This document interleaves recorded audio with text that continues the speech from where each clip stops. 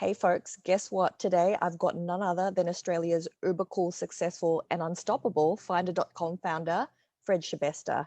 So he's pretty obsessed with hyper success and innovation, passionate about inspiring and supporting the next generation of the startup community. So he's also an avid futurist, a cryptocurrency expert, and he's currently leading the group's VC arm, so Finder Ventures, and they built the innovative money app Finder. His latest project, Schebesta Ventures, is a platform to help startups bring their ideas to life. And if that wasn't enough on his plate, he's also got a new book launching in September. Thanks for joining me today, Fred. Thanks very much. And thanks everyone for listening. You got the #1 podcast. Here we are. Apparently. So, Fred, I wanted to ask my first question, which is, a lot of companies, they say they're committed to continuous improvement, but what does this mean for you, and how have you brought this to life in your companies? Because you're constantly evolving. Yeah. So I think the market's always moving, the market's always evolving. And I have this theory that, companies get stale after 7 years. And, any market after 7 years has completely probably moved and changed. There are very few that sort of stick exactly the same. That's enough time for, legacy debt to be paid down, major, new providers to come through and spring up, and, the market requirements to move.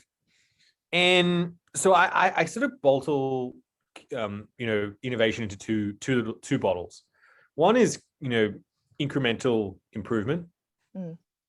And, I think that's about, test and learn and experimenting and taking what's there and making it slightly better. And, it's the iPhone 3, the iPhone 4, the iPhone 5. It's always just slightly incrementally better. But then there's the giant leaps forward, and that's the other bottle. And I think those ones are the harder ones, where you need to take big risk and you make mistakes and sometimes it doesn't work out. And, I think that to me is like, going from an iPod to an iPhone. Yeah. And that's the big leaps, right? And I think, with Finder, we've been doing that with our app. We made a giant leap forward by connecting people's bank accounts and then automatically comparing for them. Or instead of going and connecting up and registering with an exchange, you can just buy directly in the Finder app, your cryptocurrency. Right. And, that's like a major leap forward in Finder and what we do as an organization. And I think I admire companies like Sony. Sony have been doing this for so long. Yeah. Nintendo was the absolute bone crushing gaming platform. It was 2D, but everyone played the Nintendo, and it was a huge market share winner. And then, Sony took an incredible bet and a massive leap forward by building a 3D chip into a gaming console and released the PlayStation 2. That was a massive leap forward in gaming, because now you could have 3-dimensional games. And then Xbox came and copied them, with Microsoft buying that and obviously releasing that to the market. And, I think that's where, again, you sort of see that fast. Microsoft's really taking that fast follow approach with a lot of different things right now. But I think that's the difference, right? It's those big steps forward. The Walkman, I think, is another great example by Sony. Sony is, I think, an incredibly innovative company. Yeah. It's really hard to do. It's probably the hardest thing is to take those leaps forward, because you need to take big risk. Yeah. Well, that leads on nicely to my next question. Lots of companies claim that innovation is one of their core values. So do you think every business should have an innovation sort of capability, innovation function? And if so, how do you get started? What are the first steps forward to actually build this capability? I think, every company, yes, should have some sort of innovation in and of itself. Because eventually what you're doing, your edge will be arbitraged away. It'll just get grinded away. Not every company, there are companies where it has incredible moats and they get stronger and stronger over time.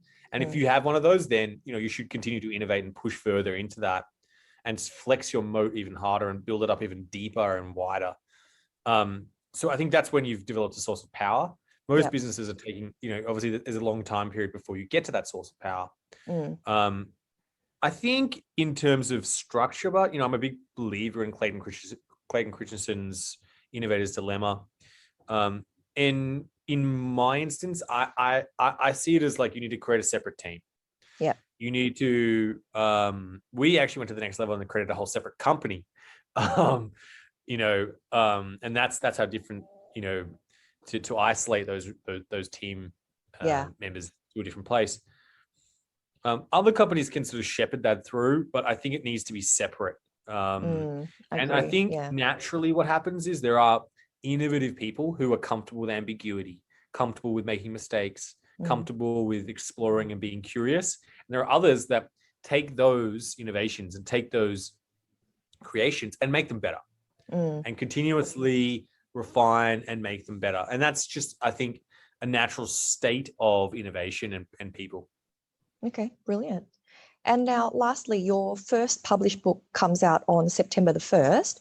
So what's the book about? How is it different from the many others that are heaving the shelves of the business section in the bookstore?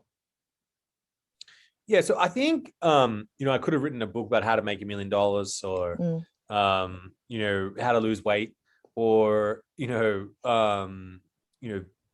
how to save money, all those kind of things. But, I think there are lots of people who have written books like that. And I think there are lots of people who also, write the rules of doing things. Now, I'm a terrible rule breaker. So I'm probably not the best person to write rules because I don't really have many. But what I do have is, and it took me a lot of soul searching to figure this out, is I have, some immutable principles that I use to launch every business that I've been involved with.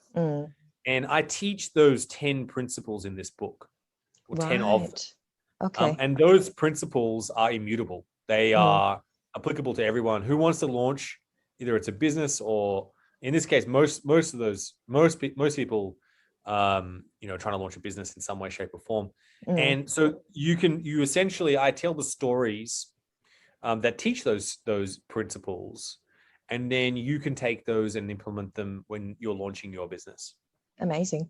Yeah. And that transcends whether it's a product, a service, transcends geography, transcends sector.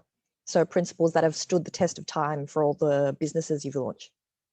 Yeah. So, I've launched a cryptocurrency brokerage. I launched an internet company. I launched an agency. I've been involved in all sorts of different companies, and Finder has a lot of companies inside it as well. A coupon code business and a whole lot of other things. We launched a marketplace as well. There's all sorts of things launching internationally.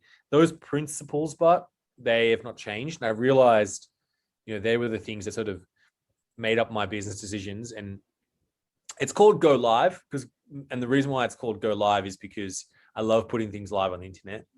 I love that. That's such a change management term.